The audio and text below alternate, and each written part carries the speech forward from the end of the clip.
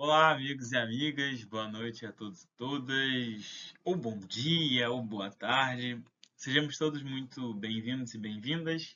Hoje, mais uma vez, estamos aqui com alegria para podermos falar sobre Pentecostes e mediunidades aqui no canal Servir Ponto de Luz. Perdão, Pentecoste e mediunidade. Existem vários tipos de mediunidades e o fenômeno de Pentecostes, né, o dia de Pentecostes, ou melhor, a festa de Pentecostes, que por sinal é um nome grego, trouxe inúmeras mediunidades. A gente vai falar um pouco delas. A nossa proposta hoje é a gente adentrar um pouco do significado por trás dessa festa que é judaica para a doutrina espírita e de como na Bíblia isso é relatado e como nós cristãos e, consequentemente, nós espíritas enxergamos isso. Tá bem? Nossa ideia é um fenômeno muito bonito, muito profundo, mas a nossa ideia é apenas falarmos de maneira bem resumida, bem sucinta, direta e um tanto quanto didática, assim tentarei fazê-lo, para que a gente possa abordar essas questões. Tá bem? Bom, vamos primeiro entender a questão da mediunidade para depois eu ir para Pentecostes. Tá? Mediunidade a gente começa falando do seguinte: o que é médium? Médium, segundo a definição de Kardec no livro dos médiuns, médium é todo aquele que sente, num grau qualquer, a influência dos espíritos. Então, aquele que sente num grau qualquer essa influência é chamado de médium. É claro que hoje em dia a gente usa o termo, né? Ah, fulano é médium, ciclano é médium, com a ideia de que a pessoa é uma médium ostensiva. O que é isso? É a pessoa que tem uma mediunidade com mais facilidade, ela consegue ter um acesso maior, mais fácil, com maior facilidade ao plano espiritual. Então, é a pessoa que vai ver espíritos mais comumente, vai ouvir, vai psicografar, psicofonia, dentre outros vários tipos, tá? Bom, não deixa de ser, né? A gente não deixa de notar que os médios, como Kardec muito bem coloca, são os intérpretes dos espíritos. Então, eles passam a mensagem, eles transmitem a mensagem, ao qual é de cunho espiritual. E aí eu lembro de Emmanuel, no livro Consolador, dizendo que a mediunidade é a luz que brilha na carne. Ela é atributo do espírito, espírito com letra maiúscula, que é sinal, né, que é percepção de identidade. Patrimônio da alma imortal, ou seja, a alma vai reencarnando e vai levando a questão da mediunidade. Então, a pessoa que é média ostensiva hoje, isso não foi de uma hora para outra. Mediunidade é habilidade. Eu gosto desse sufixo "dade", porque é a percepção de habilidade, de faculdade. Assim como a inteligência é uma faculdade, você a desenvolve. Então, a pessoa que hoje tem uma mediunidade ostensiva, ela não ganhou isso de uma hora para outra. Ela veio durante anos desenvolvendo reencarnações. Pode ser que uma encarnação ou outra, essa faculdade ela fique um tanto quanto silenciada, oculta, mas ela está ali. Elemento renovador da posição moral da criatura terrena, porque lembra que a mediunidade é um atributo de todos e ela é um elemento renovador. Ou seja, é através dela que a gente consegue ter esse contato com o plano espiritual e se melhorar interiormente. O médium, ou os médiums, que não conseguem crescer com as instruções que eles mesmos recebem, não estão usando bem a mediunidade deles. Não estão usando. Enriquecendo todos os seus valores no capítulo da virtude e da inteligência, sempre que se encontra ligado aos princípios evangélicos na sua trajetória pela face do mundo, é claro. Mediunidade sem Jesus é muito complicada. Vai virar uma mediunidade de comércio, de cobiça, de ganho. Nunca uma mediunidade para o bem. É a mesma coisa que essa inteligência sem ser uma inteligência para Jesus, não no sentido religioso, tá? Uma inteligência voltada para o bem. Uma inteligência que é voltada para o mal vai fazer bomba, vai fazer guerra, vai prejudicar os outros. Por aí vai. Tá bom? Bom, quem é o médium, então? Não é espírito superior, na sua maioria. Ah, existem aqueles que são espíritos superiores e que têm uma mediunidade ostensiva? Claro, com certeza. Mas não quer dizer que uma pessoa média é um espírito superior. E não necessariamente o espírito superior que reencarnou vai ser um médium ostensivo. Tá? O médium não é um ser privilegiado. Ele não foi criado à parte. Não. Em geral, a gente fala que é uma pessoa que está em desajuste. E aí, por isso que a mediunidade, através da mediunidade, ela consegue se reajustar. Então, o médium está em reajuste espiritual. em reajuste. O médio é a pessoa que está mais fácil a ser influenciada por influências espirituais perniciosas, né? E obsessões, né? Obsessão é uma influência espiritual perniciosa, permanente, duradoura, né? Isso é uma obsessão. O médium, ele tem que ser um médium da vida, do bem, em geral, dentro do centro ou fora dele, né? A mediunidade é uma faculdade inerente. Não tem nada a ver com religião, não tem nada a ver com crença, com etnia, com gênero, nada a ver. É uma faculdade inerente a todos. Condições externas não classificam, não falam sobre a mediunidade. Porque lembra lá o que a Emmanuel falou? É patrimônio da alma imortal. A alma pode reencarnar em qualquer tipo de corpo, em qualquer lugar do planeta. Tá? Identificando-se qualquer gênero, enfim. Bom, André Luiz ainda nos diz no livro dos missionários: a mediunidade não é exclusiva dos chamados médiuns. Todas as criaturas a possuem, porquanto significa percepção espiritual. Então, todo aquele que tem percepção espiritual tem, segundo a definição de André Luiz no livro dos missionários, mediunidade. Essa percepção deve ser incentivada em nós mesmos. Não quer dizer que eu tenho que sair por aí querendo psicografar, fazer psicofonia, nada disso. Tá? Significa que eu devo aflorar minha percepção espiritual através do quê? Do exercício do amor, da caridade, da bondade, do estudo, claro, do estudo. Não bastará, entretanto, perceber. É imprescindível santificar essa faculdade, convertendo-a no ministério ativo do bem. A gente até fala, né? Não, eu consigo saber a fofoca antes, né? Tem essa intuição. Por que não volta a sua intuição para o bem? Para a fofoca, para a vida do outro? Volta a sua intuição, essa percepção que você está tendo já do plano espiritual, volta ela para outra coisa, volta o seu interesse para outra coisa. Então todos nós temos, de certa forma, essa percepção, em diferentes graus, que pode ser aprimorada. A questão é para onde a gente volta essa atenção, tá? Por isso, de novo, aquela frase de Emmanuel no Consolador, aquela página, aquele textinho é muito bacana, porque a mediunidade é a luz na carne. E aí eu quero falar especificamente de um tipo de mediunidade que na doutrina espírita a gente chama de mediunidade poliglota, também tem a especular, mas eu vou falar da poliglota, né, que também é chamada de xenoglossia, né? São os médios que durante o trânsito podem falar em línguas estrangeiras ou até escrever. Estrangeiro é o que ele conhece, tá? Então, por exemplo, um médico que só sabe português vai conseguir psicografar em inglês, em espanhol, em alemão, em outra língua que ele nessa encarnação desconhece, tá? São o que a gente chama de médiuns poliglotas. É a mediunidade que a gente chama de xenoglossia. Tem um livro muito bom para quem se interessar mais sobre o assunto, que é do Ernesto Bozano, se chama Xenoglossia, inclusive. Xeno, que é a ideia de diferente, de estrangeiro, e glosso, da ideia de língua, né? Ou xenografia da psicografia, né? Em uma língua diferente, tá? Quem propõe esses termos pela primeira vez é o Richer, né? Que é o, inclusive, Prêmio Nobel de Medicina, né? Foi um médico fisiologista francês, estudioso dos fenômenos psíquicos, vai para a ideia de metapsíquica, mas a gente não vai entrar nisso. Então, essa medida de xenoglossia é o médium, um espírito consegue falar com a voz do médium. A gente popularmente chama de incorporação, mas na doutrina espírita a gente não usa esse termo, né? Que a ideia de incorporar parece que o espírito toma o lugar do médium no corpo dele. E não é isso, né?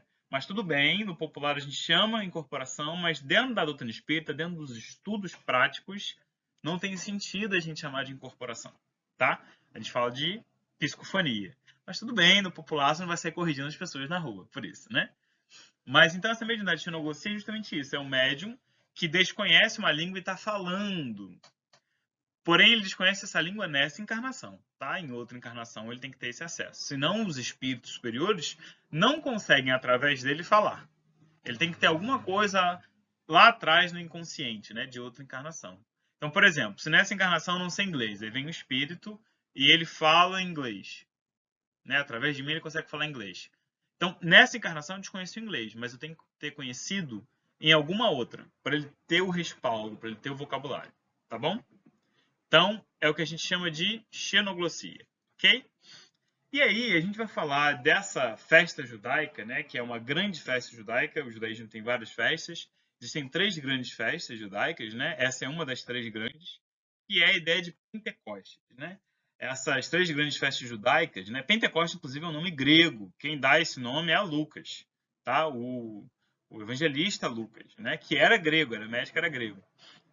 Inclusive, Lucas arredonda o Pentecostes para 50 dias, né? Quando no hebraico é 49, né? Que é a própria ideia de Pentecostes, né? Penta, na verdade é o pente, né? Da ideia de penta, que está associada a 50, né? Que é 5 vezes 10, né? E Costes, a ideia de dias, né? 50 dias. Lucas é quem arredonda, porque no hebraico são 49, né? Porque são 7 semanas, 7 dias, 7 semanas, 7 vezes 7, 49. Então existem três grandes festas judaicas, né, hebraicas.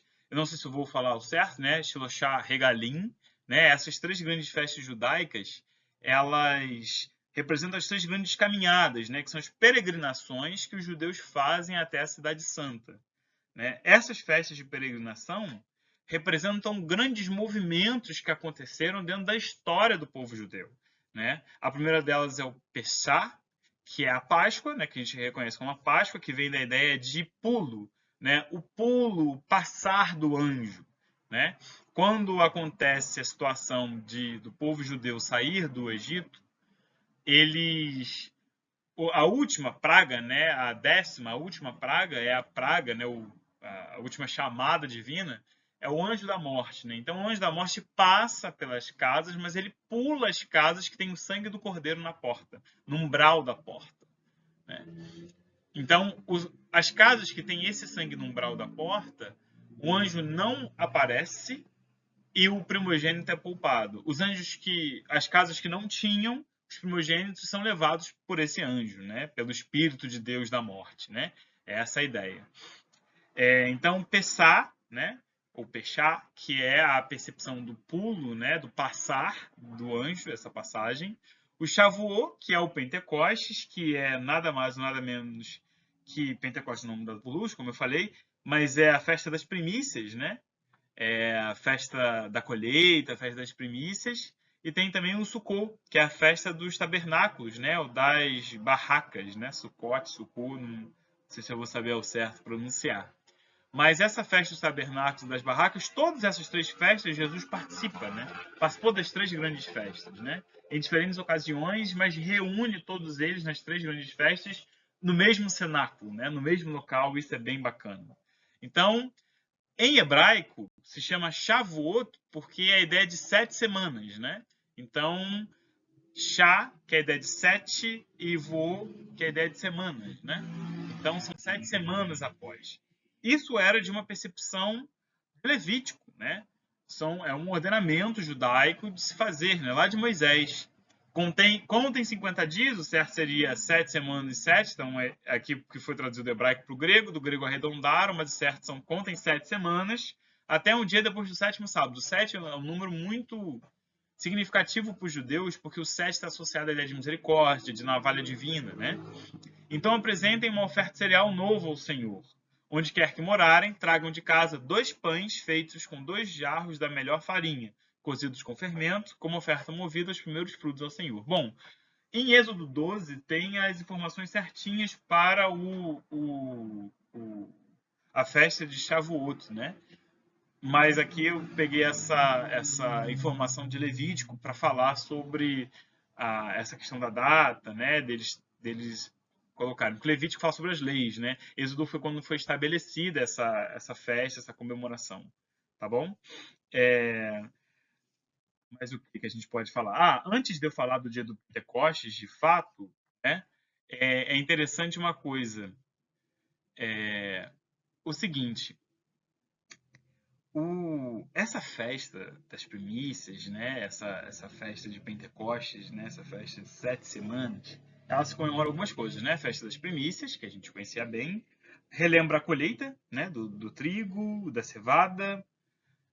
É uma festa de dedicação, porque os pais levam os filhos, né? Para dedicarem eles a Deus. Lembra um pouco a história de Ruth também. Ruth é a primeira mulher, Ruth a Moabita, né, que é a primeira mulher convertida ao judaísmo, né? Tanto que né, o Suá, né, aquela frase dela que teu Deus será meu Deus, tua gente será minha gente, né? Inclusive é a bisavó de Davi, né? Jesus é da descendência de Davi, né? Então, a festa de Pentecostes já era uma festa judaica por si só. Jesus comemorava todas essas festas. E o que está sendo descrito em Atos Apóstolos capítulo 2, versículos 1 a 13, é justamente isso aqui. Ó. Eis o nosso texto. Ao cumprir-se o dia de Pentecostes, estavam todos reunidos no mesmo lugar. Então, os judeus, os discípulos estavam todos lá. De repente veio do céu um som, como de um vento impetuoso. Essa tradução é de João Ferreira de Almeida, tá? Eu uso a de João Ferreira de Almeida corrigida e revisada. Gosto de usar a Bíblia de Jerusalém, a Bíblia do Peregrino, mas enfim, continuando. E encheu toda a casa onde estavam assentados. E apareceram distribuídos entre eles línguas como de fogo, e pousou uma sobre cada um deles. Todos ficaram cheios do Espírito Santo e passaram a falar em outras línguas, segundo o Espírito lhes concedia que falassem. Espírito em letra maiúscula. Ora, estavam habitando em Jerusalém judeus, homens piedosos, vinham de todas as nações debaixo do céu. Quando, pois, se fez ouvir aquela voz, afluiu a multidão, que se possuiu de perplexidade, porquanto cada um os ouvia falar da sua própria língua. Estavam, pois, atônitos e se admiravam, dizendo: Vede, não são porventura galileus todos aqueles que estão falando? E todos ouvimos falar, cada um em nossa própria língua materna. Somos partos, medos, elamitas, os naturais de Mesopotâmia, Judéia, Capadócia, Ponto e Ásia, da Frígia, da Panfilha, do Egito, das regiões da Líbia, nas imediações de Cirene, e romanos, tanto judeus como prosélitos, cretenses e arábios. Olha só como eles estavam declamando todas essas grandezas, né, de Deus em outras línguas. Todos atônitos ali perguntavam o que quer dizer isso, outros ainda falavam, olha, estão embriagados, né? Então, claramente, a gente percebe que esse fenômeno que aconteceu é um fenômeno de mediunidade, de xenoglossia. Os discípulos falavam línguas diferentes das que eles conheciam, né? Em todas as línguas diferentes. Vê como o texto bíblico fala que cada discípulo foi falando uma língua diferente. Isso é interessante. Cada discípulo foi falando em uma língua diferente. Em uma língua diferente. Olha que coisa bonita isso, né? É fantástico. Esse texto traz muitos simbolismos. Infelizmente a gente não consegue ver todos eles, né?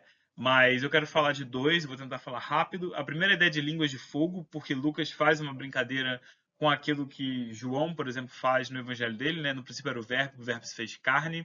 Essa ideia de língua de fogo brinca também com uma percepção do que Jesus falava, ou melhor, que João Batista falava, né? Eu vos batizo com água, mas virá aquele que há de batizá-los com fogo, né? Essa ideia de fogo para os judeus é uma ideia de purificação, né? É uma ideia de renovação. Então lembra lá o que Emmanuel falou de mediunidade? Que o médium é aquele que está em reajuste, está se renovando. A mediunidade é a faculdade que fala sobre renovação. Olha quanto simbolismo você tem por trás disso. Olha a beleza, né? A boniteza disso tudo. Aí vem vento, vem o céu, vem o som, né, no céu. Isso tudo são símbolos por trás, né, do fenômeno. Não que não tenha acontecido de fato, mas existem símbolos por trás também. Infelizmente a gente não consegue assambarcar assim, né, tratar com tanto carinho quanto eu gostaria. Mas a gente vê a beleza disso daí, né? Olha só esse trechinho, né? E lembra que o dia de Pentecostes fala sobre colheita. E aí, olha só, eu peguei essa linha do tempo, né, que nossos irmãos da teologia fizeram, né? Eu peguei essa linha do tempo que é bem bacana. Olha só, festas da primavera do Antigo Testamento, né? Eram as festas que aconteciam. Então você tem lá, ó, você tem o descanso sabático da Páscoa, né, o Pessá, aí você tem os primeiros frutos, né? Aí tem lá a ordenação de Levítico, que foi o que eu falei para vocês, né? Tem semana 1, semana 2, 3, 4, 5, 6. Então você conta 7 semanas. Isso dá 49 dias. E aí você faz a festa das semanas, ou Pentecostes, tá? Olha os acontecimentos históricos do Evangelho. Jesus é crucificado na Páscoa, né, onde ele faz a última ceia com os discípulos, que ele convence todo mundo, que ele convença. Tem os 3 dias, né, porque Jesus desencarna, Jesus é crucificado aos 3 dias. Há muita beleza nisso tudo, gente. Jesus ressuscita, né, reaparece. E aí, olha só. Jesus passa o tempo com os discípulos. E aí vem, Jesus reaparece, mas ele reaparece não agora como ele estava reaparecendo, né? Materializado, em corpo. Ele reaparece, o Espírito Santo reaparece através do fogo, né? Através dessas línguas de fogo, dessa luz. E aí lembra dois episódios. Lembra da transfiguração de Jesus no Monte Tabor, ou Tavor em hebraico, que é a ideia de umbigo, né? Em que Jesus materializa Moisés e Elias. Essa luz que fica para Pedro, para Tiago, né, maior, e para João. Assim como também lembra pra gente quando Jesus reaparece para Maria de Magdala, que ela não reconhece ele pela luz, né? E lembra a gente um acontecimento que vai ser futuro, que vai ser Jesus para Paulo de Tarso, né? Na época Saulo, que é uma luz tão forte que cega Saulo, né? Que era um médium extraordinário, por exemplo. Jesus inaugura no Pentecostes essa mediunidade democrática, digamos assim, dizendo que a mediunidade é atributo de todos. Só que ela deve ser usada para o supremo bem. Olha que coisa bonita isso, né? Porque a gente pensa que nos é dito pela doutrina espírita que se configura a passagem de um mundo primitivo para um mundo de provas e expiações através da vinda de Jesus. Então tem muito sentido se a humanidade, mesmo imatura, mas com uma certa maturidade, conseguiu sair de um mundo completo, de uma percepção completamente carnal e evoluiu para perceber um pouquinho o céu, um pouquinho a espiritualidade que o seja, tem capacidade de aflorar a mediunidade. É Jesus dizendo, em outras palavras, que é a hora dos céus se abrirem, que é a hora de olhar para aquilo que a gente não costuma ver. Bom, quem tem olhos de ver, veja. Quem tem ouvidos de ouvir, ouça. Percebem a profundidade por trás desse simbolismo? Claro que tem muito mais coisas a comentar. Uma coisa bonita, inclusive, é que Jesus reaparece para eles, né, essas línguas de fogo, aparece no mesmo cenáculo em que ele faz a última ceia. Em que ele reaparece para todo mundo quando Tomé pede para ver. Reaparece o mesmo cenáculo o mesmo cenáculo que ele prometeu ao Consolador. É o mesmo cenáculo, mesmo. Olha que boniteza isso, né? Só que não mais está referenciado isso como a figura de Jesus, mas sim nessas línguas de fogo. Olha que coisa bonita, que é aquilo que irradia, aquilo que toca a todo mundo ao mesmo tempo. É de uma profundidade fantástica, né? Como a doutrina espírita nos abre a percepção, né? E a gente vê que o evangelho que já é lindo, maravilhoso, se torna ainda mais bonito, se torna ainda mais profundo.